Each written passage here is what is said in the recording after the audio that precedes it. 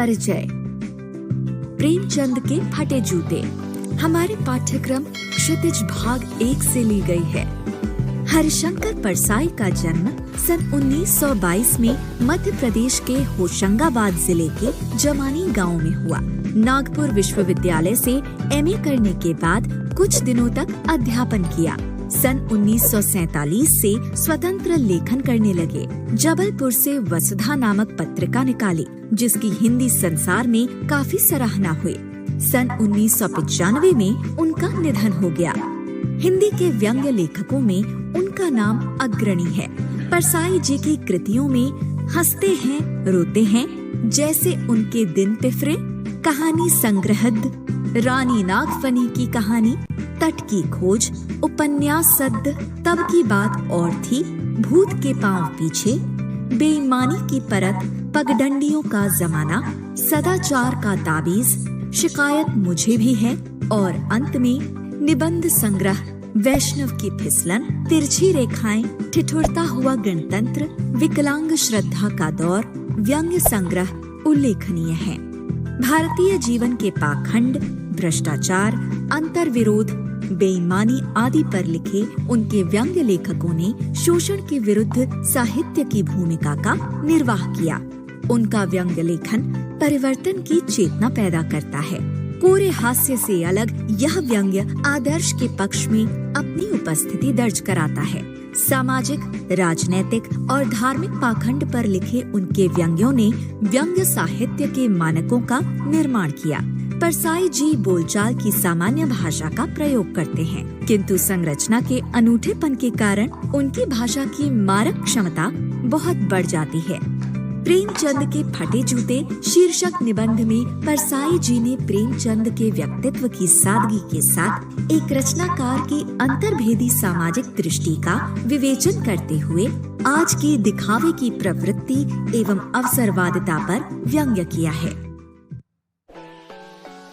प्रेमचंद के फटे जूते। प्रेमचंद का एक चित्र मेरे सामने है। पत्नी के साथ फोटो खिंचा रहे हैं। सिर पर किसी मोटे कपड़े की टोपी, कुर्ता और धोती पहने हैं। कनपटी चिपकी है, गालों की हड्डियां उभर आई हैं, पर घनी मूछें चेहरे को भरा भरा बतलाती हैं। पाँव में कैनवस के जूते हैं, जिनके बंद बेतरतीब बंधे हैं।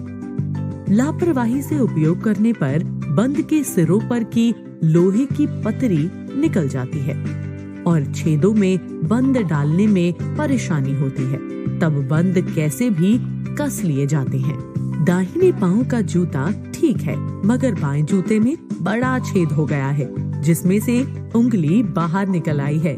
मेरी दृष्टि इस जूते पर अटक गई है। सोचता हूँ, फोटो खिंचाने की अगर ये पोशाक है तो पहनने की कैसी होगी? नहीं, इस आदमी की अलग अलग पोशाकें नहीं होंगी। इसमें पोशाकें बदलने का गुण नहीं है। यह जैसा है वैसा ही फोटो में खिंच जाता है। मैं चेहरे की तरफ देखता हूँ। क्या तुम्हें मालूम है मेरे साहित्यिक पुरखे कि तुम्हारा जूता फट गया है और उंगली बाहर दिख रही है? क्या तुम्हें इसका जरा भी एहसास नहीं है? जरा लज्जा, संकोच या झेप नहीं है? क्या तुम इतना भी नहीं जानते कि धोती को थोड़ा नीचे खींच लेने से उंगली ढक सकती है? मगर फिर भी तुम्हारे चेहरे पर बड़ी बेपरवाही, बड़ा विश्वास है। फोटोग्राफर ने जब रेडी प्लीज कहा होगा, तब परंपरा के अनुसार तुमने मुस्कान लाने की कोशिश की होगी। दर्द के गहरे कुएं के तेल में कहीं पड़ी मुस्कान को धीरे धीरे खींचकर ऊपर निकाल रहे होंगे कि बीच में ही क्लिक करके फोटोग्राफर ने थैंक यू कह दिया होगा। विचित्र है ये अधूरी मुस्कान। यह मुस्कान नहीं, इसमें उपहास है, व्यंग है। यह कैसा आदमी है जो खुद तो फटे जूते पहने फोटो खिंचा रहा है, पर किसी पर हंस भी रहा है? फोटो ही खिंचाना था तो ठीक जूते पहन लेते या न खिंचाते। फोटो न खिंचाने से क्या बिगड़ता था? शायद पत्नी का आग्रह रहा हो और तुम अच्छा चल भाई कहकर बैठ गए होंगे। मगर यह कितनी बड़ी ट्रेजेडी है कि आदमी के पास फोटो खिंचाने को भी जूता न हो। मैं तुम्हारी ये फोटो देखते देखते तुम्हारे क्लेश को अपने भीतर महसूस करके जैसे रो पड़ना चाहता हूँ, मगर तुम्हारी आंखों का ये तीखा दर्द भरा व्यंग मुझे एकदम रोक देता है। तुम फोटो का महत्व नहीं समझते। समझते होते तो किसी से फोटो खिंचाने के लिए जूते मांग लेते। लोग तो मांगे के कोट से वर दिखाई करते हैं और मांगे की मोटर से बारात निकालते हैं। फोटो खिंचाने के लिए तो बीवी तक मांग ली जाती है।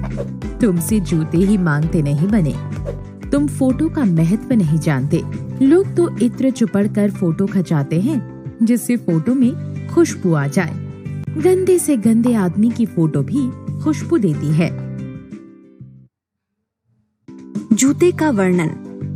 टोपी 8 आने में मिल जाती है और जूते उस जमाने में भी 5 रुपए से कम में क्या मिलते होंगे। जूता हमेशा टोपी से कीमती रहा है। अब तो जूते की कीमत और बढ़ गई है और एक जूते पर 2500 टोपियां न्यौछावर होती हैं।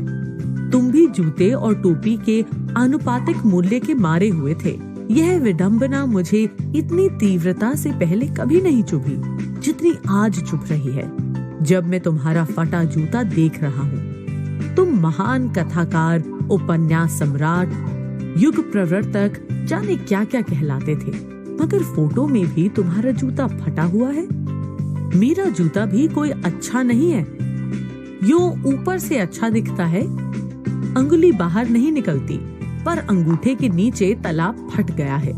अंगूठा जमीन से घिसता है और पैनी मिट्टी पर कभी रगड़ खाकर लहूलुहान भी हो जाता है। पूरा तला गिर जाएगा, पूरा पंजा छिल जाएगा, मगर अंगुली बाहर नहीं दिखेगी। तुम्हारी उंगली दिखती है पर पांव सुरक्षित है। मेरी उंगली ढकी है पर पंजा नीचे घिस रहा है। तुम पर्दे का महत्व ही नहीं जानते। हम पर्दे पर कुर्बान हो रहे हैं। तुम फटा जूता बड़े ठाठ से पहने हो, मैं ऐसे नहीं पहन सकता। फोटो तो जिंदगी भर इस तरह नहीं खिंचाऊं, चाहे कोई जीवनी बिना फोटो के ही छाप दे। तुम्हारी यह व्यंग्य मुस्कान मेरे हौसले पस्त कर देती है। क्या मतलब है इसका?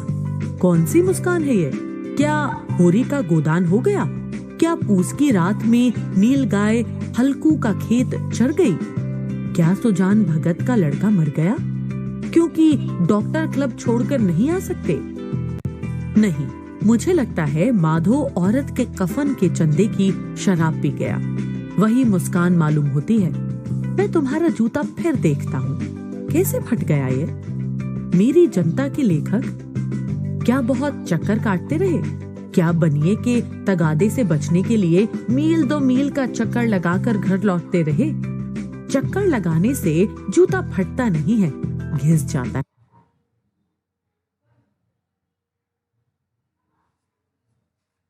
है।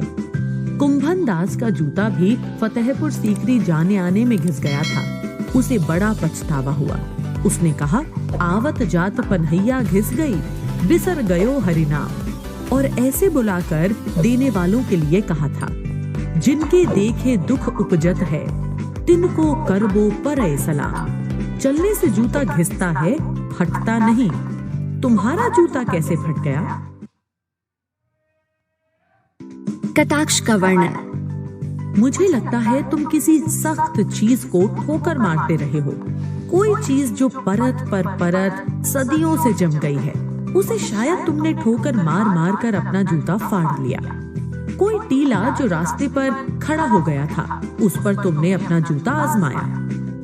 तुम उसे बचाकर उसके बगल से भी तो निकल सकते थे। टीलों से समझौता भी तो हो जाता है। सभी नदियां पहाड़ थोड़ी ही फोड़ती हैं। कोई रास्ता बदलकर घूमकर भी तो चली जाती हैं। तुम समझौता कर नहीं सके। क्या तुम्हारी भी वही कमजोरी थी जो होरी को ले डूबी? वही नेम धर्म वाली कमजोरी? नेम धर्म उसकी भी जंजीर थी, मगर तुम जिस तरह मुस्कुरा रहे हो, उससे लगता है कि शायद नेम धर्म तुम्हारा बंधन नहीं था, तुम्हारी मुक्ति थी। तुम्हारी यह पांव की उंगली मुझे संकेत करती सी लगती है। जिसे तुम घृणित समझते हो, उसकी तरफ हाथ की नहीं, पांव की उंगली से इशारा करते हो। तुम क्या उसकी तरफ इशारा कर रहे हो जिसे ठोकर मारते मारते तुमने जूता फाड़ लिया? मैं समझता हूँ तुम्हारी उंगली का इशारा भी समझता हूँ और यह व्यंग्य मुस्कान भी समझता हूँ। तुम मुझ पर या हम सभी पर हंस रहे हो, उन पर जो उंगली छिपाए और तलुआ घिसाए चल रहे हैं, उन पर जो टीले को बरकाकर बाजू से निकल रहे हैं। तुम कह रहे हो मैंने तो ठोकर मार मार कर जूता फाड़ लिया, अंगुली बाहर निकल आई पर पांव बचा रहा और मैं चलता रहा, मगर तुम अंगुली को थाकने की चिंता में तलुए का नाश कर रहे हो। तुम चलोगे कैसे? मैं समझता हूँ, मैं तुम्हारे फटे जूते की बात समझता हूँ, अंगुली का इशारा समझता हूँ, तुम्हारी व्यंग्य मुस्कान समझता हूँ। सारांश। तो बच्चों, आज हमने देखा प्रेमचंद के फटे जूते शीर्षक निबंध से लेखक ने प्रेमचंद के व्यक्तित्व की सादगी को उजागर किया है। इस पाठ में सामाजिक दृष्टि की विवेचना करते हुए आज के दिखावे की प्रवृत्ति पर बयान किया गया है। प्रेमचंद ने अपने फटे जूते के माध्यम से समाज की उदासीन सोच को दर्शाया है।